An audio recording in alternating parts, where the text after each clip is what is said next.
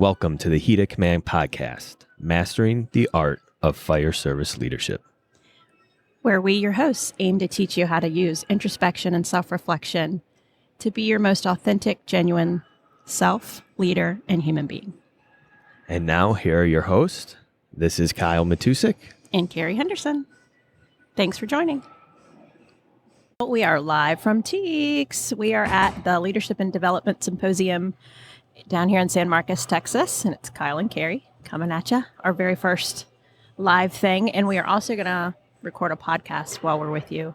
We are sitting out here in the lobby. We just finished some morning sessions and an awesome keynote speaker, Jessica Buchanan, who told her amazing survival story about resilience after she was kidnapped. And so we're going to sit out here, and when the next group of breakout sessions lets out, hopefully catch some attendees, maybe find some speakers, and see how it's going for everybody. Yeah, Kerry and I were sitting out here. We're trying to figure out how to get this started. And if you don't know, Kerry and I like to, just go off the cuff when we go out and speak and just try to come off as genuine as we can. And we're trying to figure out how we're going to do this Facebook Live, what we're going to talk about. And it came down to the conclusion, just hit the record button. So here we are, live from TEEX. It's to everybody back home in Illinois. It's about 60 degrees here and no snow. I know I get to come back to a lot of snow tomorrow, so that's pretty exciting. But, the one thing always coming down to Texas, and, Texas holds a very close part in our hearts. This last year is the first time me and Kerry met in person when, after winning the W.S. Darley essay competition and coming down here to speak for the very first time. And we actually met in person for the very first time at TEEX last year in Frisco, Texas.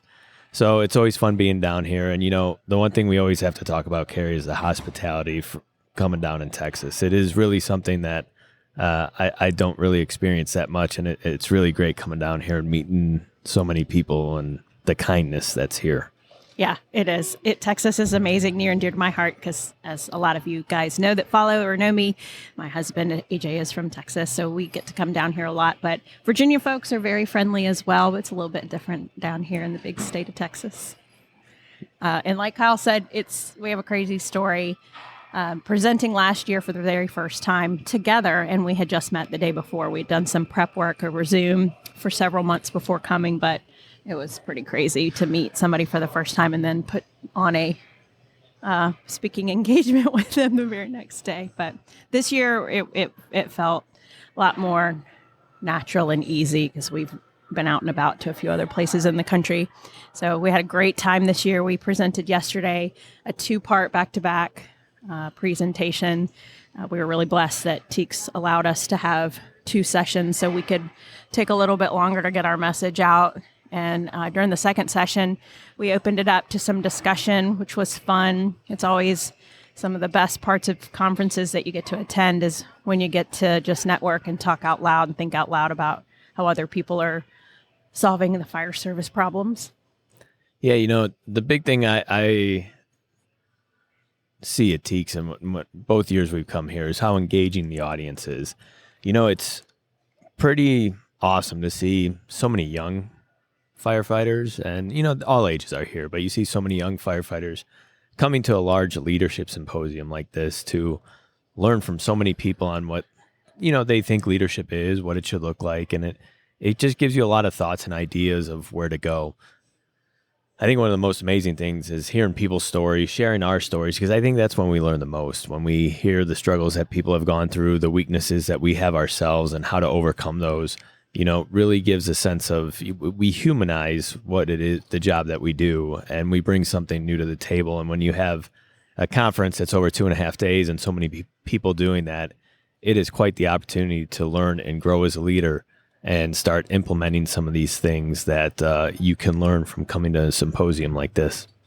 Yeah, it is. It's been such a great experience, and seeing everything from how things are in Texas to Illinois and back home in Virginia, and everybody has so many similarities, and then there's so many differences in how things kind of play out in your workplace. But all right, so where we left off, we are down here at TEEX in San Marcos, Texas, and we recorded an episode this morning, the first of season 2, the first episode of season 2, and we talked about generations, just some general stuff about generations that are currently in the workforce.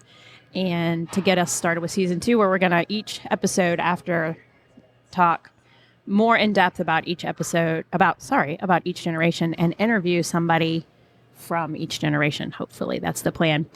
And so once we hang up here from this live, we are going to interview some folks here at TEEX and put that on the podcast. So follow us on Spotify, Apple, iTunes, and YouTube.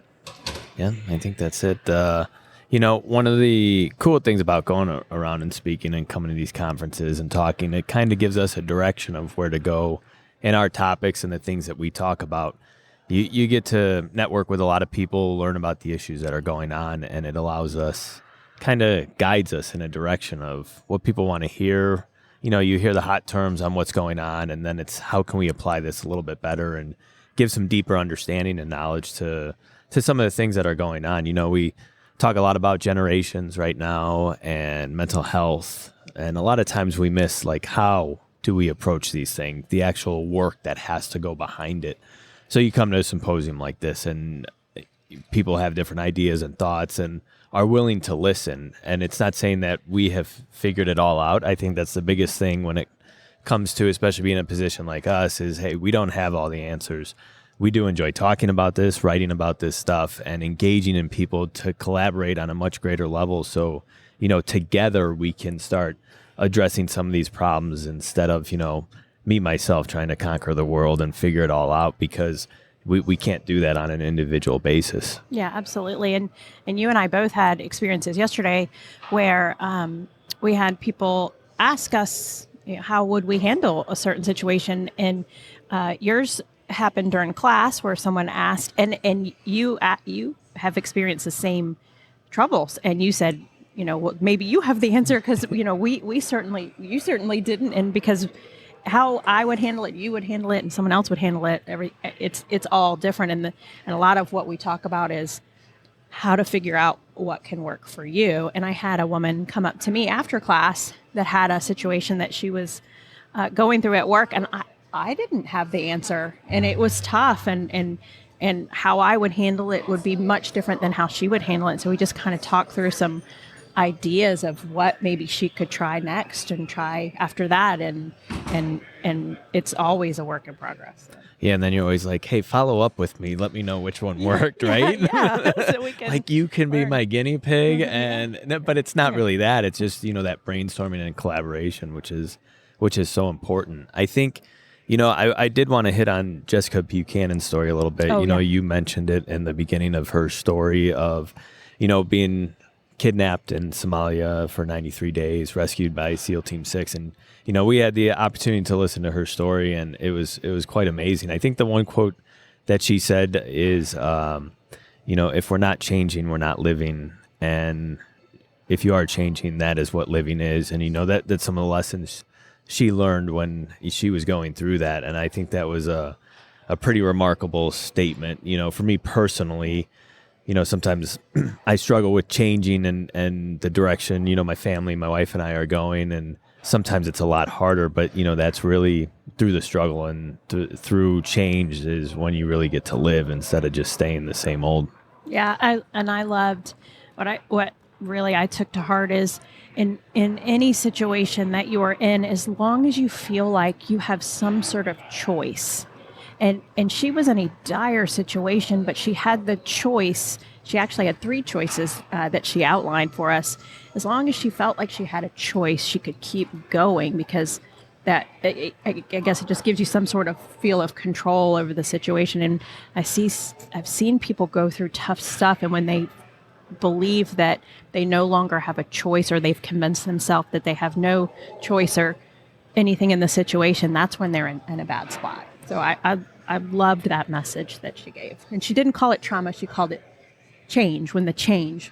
That was what she called it. And it was really great. Yeah, it resonated a lot, and it definitely gave me a lot to think about, which is pretty cool when you come to these things and you're like, oh, wow, that was intense. That was deep. And you get to walk away with quite a bit, which is which is pretty cool. And if you haven't heard her story, she has written a book, and I'm sure you can YouTube her, Jessica Buchanan, and see her speak, because it's pretty remarkable, her story and the things that she went through and what she learned and how she shares that now. Yeah, absolutely. All right, Kyle. Well, we're going to sign off here and see if we can find some guinea pigs that are willing to pop on and give us some feedback and talk on our podcast. So yeah, and if you can't catch up with us on our live feed anymore, if we even do it anymore, we will be posting up a special bonus episode here live from TEEX here later on this evening, so you could get all caught up with all the good things at TEEX. Awesome. As day 2 of TEEX Leadership Symposium wraps up, we're really fortunate to get to talk to a lot of people. And with me now, I have Enrique and Garrett, 18 and 21 years old, already attending leadership symposiums. It's just crazy how young people can influence us as well. When you see young people eager like this, attending educational symposiums like this, it gives you hope for the future. And I know many out there think of people in leadership roles that need to be attending this stuff. So it is really warms your heart when you see young people taking an approach like this in their career so young and learning from some great leaders. So fellas, thanks for joining us today. Tell us a little bit about where you are, a little bit about your background. Well, I'm from Pecan Grove Volunteer Fire Department. Well, I grew up around the fire department with my dad. He's a chief there currently. He's also battalion chief for Sugarland. So I grew up around this culture, and I kind of just followed in his footsteps. But, well, he invited me to come this year to the symposium, and he had a panel, I guess. Yeah. Is what you call it. He was talking about how the higher-ups should step aside, let them lead. I thought that one was pretty good, but I went to a bunch of other ones. It helped me see the perspective of chiefs, captains, just higher-ups. Let me see things from their perspective, and it gave me insight on the older generations and just how they run things. It's different, The big thing Kerry and I talk about is really how we grow up in different worlds. I grew up in a much different world than you did, and we experienced things completely different, and how best to lead each other. What do I need to do to be a good leader towards you? And then how do you pass that down when you're a senior guy within the industry, right? But it's awesome that you're taking that step now, at a young age. So good for you. And what about you, Enrique? Tell us a little bit about you. And my name is Enrique Garcia. I'm 21, and I just started volunteering like 4 months ago. And I thought it was a good opportunity to see leadership from a different perspective. Yeah. And see how they really translate throughout the different generations and what I can do in order to help that grow. Because there's a lot of younger guys coming in, but they're not really trying to be a good leader or set a good example. Mm-hmm. And I want to be a good example for the new guys. That's an awesome mentality, and my question to you guys, as people in leadership roles that have been in the industry 20, 30 years, I don't know if I want to use the word expectation, but they almost have to take the step to meet you where you are, right? And then the end goal is for them to teach you why they are where they're at, right? Is that an expectation maybe that you see from your generation, or how do you kind of approach that to get them to know, like, hey, this is who I am? They talked a lot about communication differences between the generations, and they basically been telling us how to better communicate with the older guys and just get across what we feel and are thinking to, become a better team and department. Yeah, that's awesome. There's a lot of high hopes here for the Texas fire industry when you got guys like you attending this and taking away things like that. So good for you guys. Keep it up. Thanks for joining us and answering and chatting with us for a little bit. Appreciate that. Thank you for inviting us. So year 2 is coming to an end for TEEX for me and you, which has been kind of a fun journey. Day 2 for the symposium has officially come to an end, and all the speakers are done for day 2. But me and you go home tomorrow morning. And, it's kind of just humbling being back here after our second time and just seeing where we've gone, where we've come from, where we're going. And it's been a great experience, and, a little more networking and coming out of my shell, and talking to people here has been really exciting. And and fun, and just to see the growth where we've started and what we've accomplished in just 1 year has been pretty amazing. It really has, and we keep saying, but Texas has really been there for us at TEEX, and this year has been incredible, and just we've, like you said, we've grown and kind of relaxed into things, which makes things a whole lot more genuine and easy. So this has been a great year. Yeah, it's fun talking to other speakers, and we really don't talk about too much, how much we prep and how much work we put in behind the scenes of this, which is quite a bit. But when it comes to actually speaking, it's just speaking from our hearts and what we're really passionate about, and just staying true to that. And so, for us, it's a lot of, I don't want to say off the cuff, but just conversational type stuff, just like this when we go out and speak. And I think it's appreciated. It makes it more comfortable for me and more real. I always tell people the more I prepare for a speech, the worse I do, because then there's this expectation that you have to meet all these bullet points and do all this certain stuff. And if we're not doing it, then, we failed our speech. So, sometimes it's fun when we go off on our tangents, our soapboxes, but it's almost like reading the audience, and you see the engagement of, that's the stuff they want to hear and they're curious about. So I just hope that our conversations lead in the right direction of what people are looking for, and they enjoy the things that we bring to the table and what we have. I know seeing other speakers here and listening to their stories and other things, the different perspectives is always an interesting thing to learn more about people. Yeah, it's been really refreshing to see the topics this year, and over the course of this year to see the shift. And you and I have talked about how many of the fire service classes that we took over the years that were just the same old thing.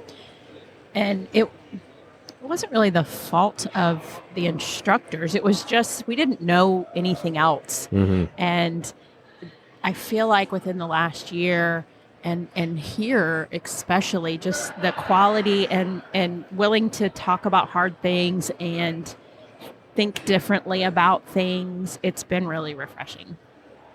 Yeah, and I think one of the most refreshing thing for me was our two guests that we had interviewed, and being 18 and 21 years old, going to a place like this, could potentially be pretty intimidating for them. But I just knowing the hospitality and how TEEX is run, and everybody we have met, they don't make it that intimidating for them, and encourage the young people to come, be a part of something like this and start learning what leadership looks like at a very young age. So we don't make the same mistakes that we have made in the past, and some of the mistakes we continue to make as an industry, and how to move on from that. So that's really a refreshing aspect for me, and that's exciting to have those conversations with young people and their outlook and how they understand things already.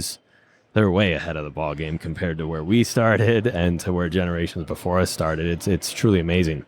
Yeah, those two gentlemen that we interviewed were incredibly well-spoken and so self-aware. Yes. That Gen Z is just going to kill it, and I'm so excited. They are. It's just, our opportunity to be more effective leaders, to get them back into our industry and start doing the real work to make sure that happens, because they bring valuable things to the table that's needed in our industry, and we have to harness those strengths and build on their weaknesses. And they're different than ours, and that's okay. Yep, absolutely.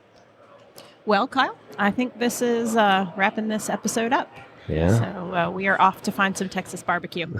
That sounds good. And for our second year here at TEEX, hopefully we're back next year for year 3. And until then, our next live stop will be at the Virginia Fire Rescue Conference. Yeah. It's the Fire Rescue Conference, right? It is. In Virginia, we call it the Chiefs Conference, but it is formally known as the Virginia Fire Rescue Conference. Yeah, so we'll be there mid-February, and we'll be doing some live stuff from there as well. Until then, be on the lookout for Season 2, which will launch January 15th.